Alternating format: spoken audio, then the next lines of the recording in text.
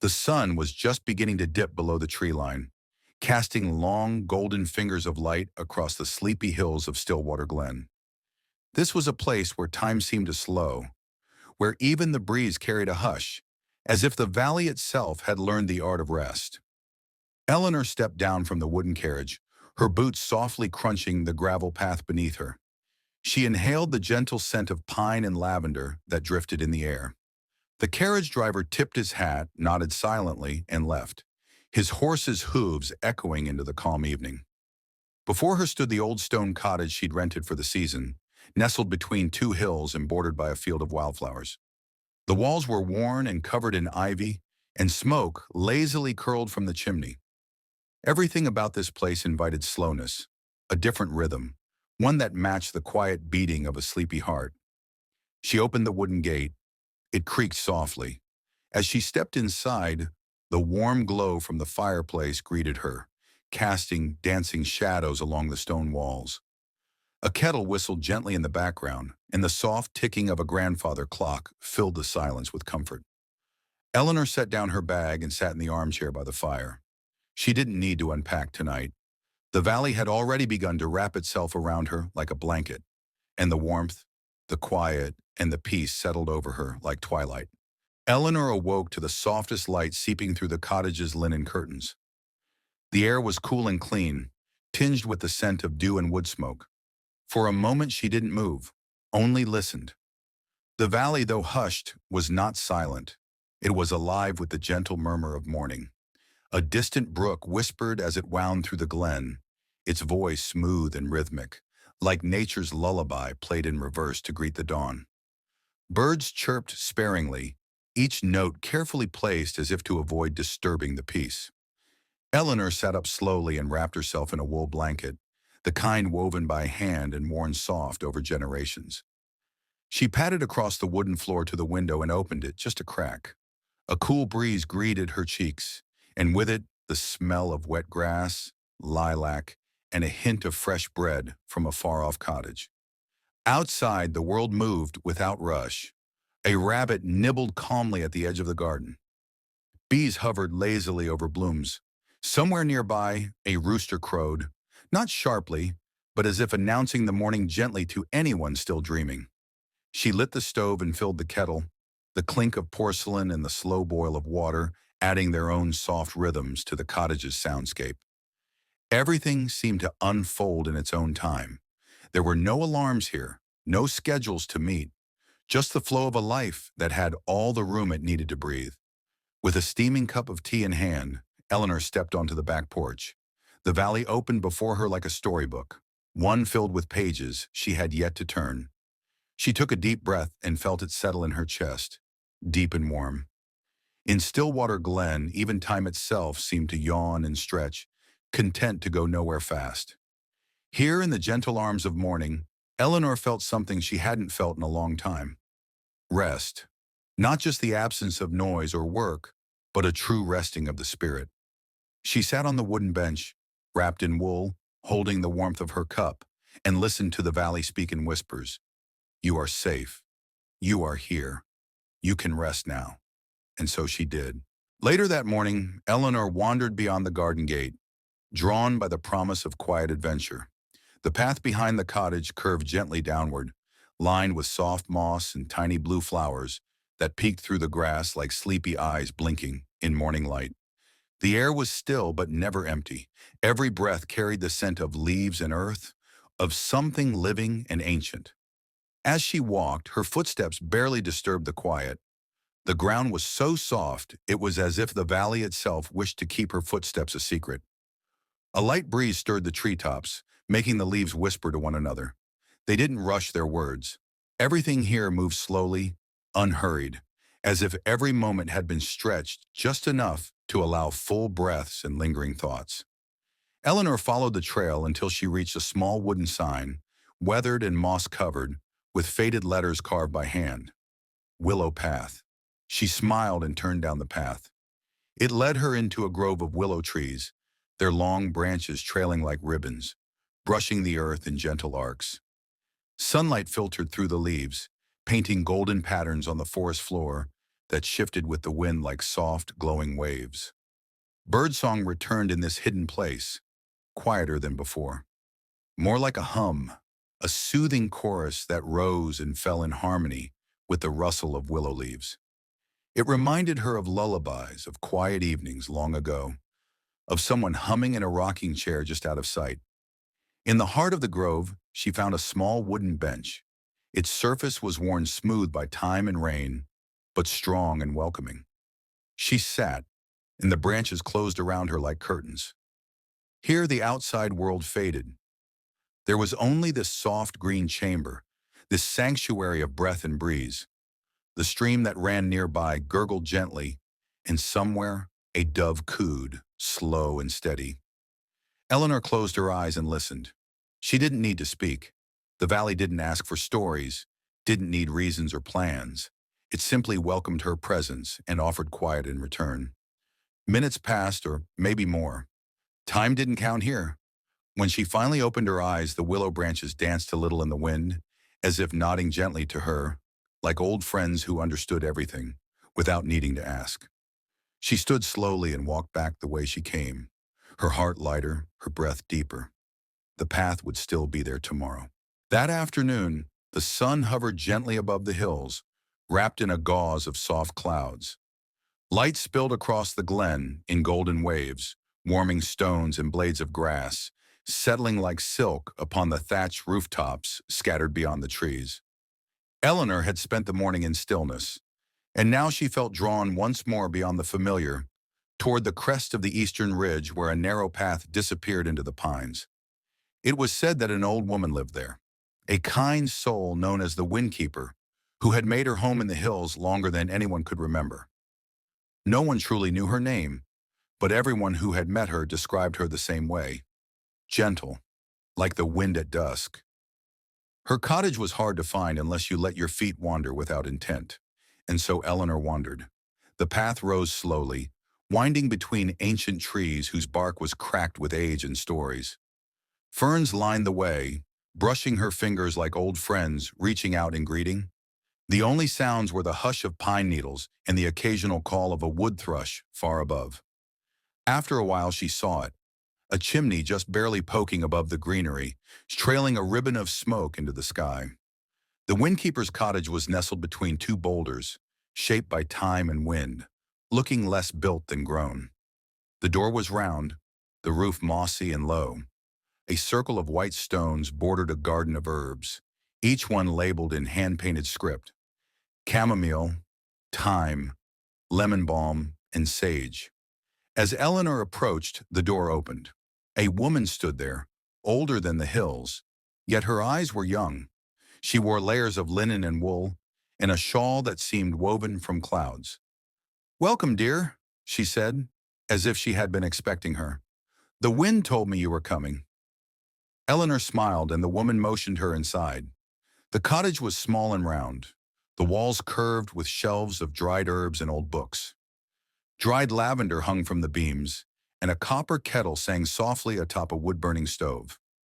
They sat together at a wooden table, while the Windkeeper poured a pale golden tea into ceramic cups that fit perfectly in the hands. "Lemon balm and honey," she said gently. "It calms both dreams and thoughts." They drank in silence for a while, watching the steam curl upward like whispers. There was no need for conversation.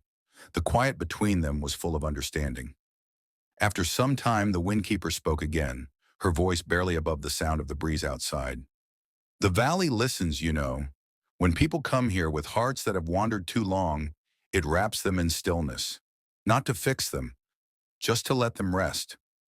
Eleanor nodded slowly, her cup warming her palms. She understood more than she could say. The Windkeeper smiled as if hearing even the unspoken words. When the tea was gone, Eleanor stepped back into the sunlight, feeling as though she had spent hours dreaming with her eyes open.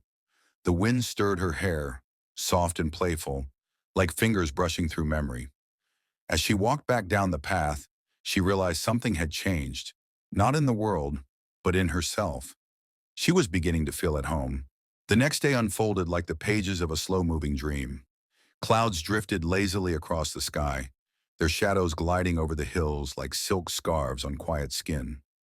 A soft mist clung to the morning grass, and the valley hummed with its familiar rhythm of quiet breathing. Eleanor woke without the sound of alarm, only the faint cooing of doves and the slow ticking of the cottage clock. She lingered in bed a little longer, wrapped in warmth, listening to the rain tapping gently against the window pane. Not a storm, just a light, thoughtful rain. More a conversation with the roof than a demand to be noticed. By mid-morning, the clouds had parted, and sunlight returned with golden patience. Eleanor set out again, this time in the direction of the western edge of the glen, where the trees gave way to wide open spaces. She'd heard someone mention a meadow filled with stones that listened, though whether it was truth or just local poetry, she didn't know. But in a place like Stillwater Glen, both seemed equally possible. She followed a narrow trail through tall grasses until the land opened suddenly, revealing a broad field scattered with smooth, round stones, each one different in size, some no bigger than a loaf of bread, others large enough to sit on comfortably. The stones were pale gray, some speckled, some striped, and all worn soft by time. The place felt sacred, but not in the way of cathedrals. Sacred like a memory, like a secret too gentle to be told out loud. Eleanor stepped quietly into the field and sat on one of the larger stones. The grass around her swayed with the breeze, and birds dipped in and out of the sky, wings silent as falling petals. There were no signs or instructions, but she somehow knew what to do. She closed her eyes and breathed in the soft air, letting the silence of the stones reach her. They didn't speak in words. Their language was older, made of stillness, of presence, of patient waiting. And in their quiet, Eleanor felt something she hadn't known she was carrying begin to loosen. She thought of her old life, not with sorrow but with distance. The noise, the expectations, the hurry, the way even rest had felt like something scheduled, slotted between tasks. But here rest was the natural state, the default rhythm. Here the world asked nothing from her but stillness. She stayed in that place for a long time, perhaps an hour, perhaps more. Time, once again, stepped aside and let her simply be. Before she left, she placed her hand gently on the stone beside her, a gesture of thanks. The stone was cool and smooth, as if it had been waiting just for that moment of contact.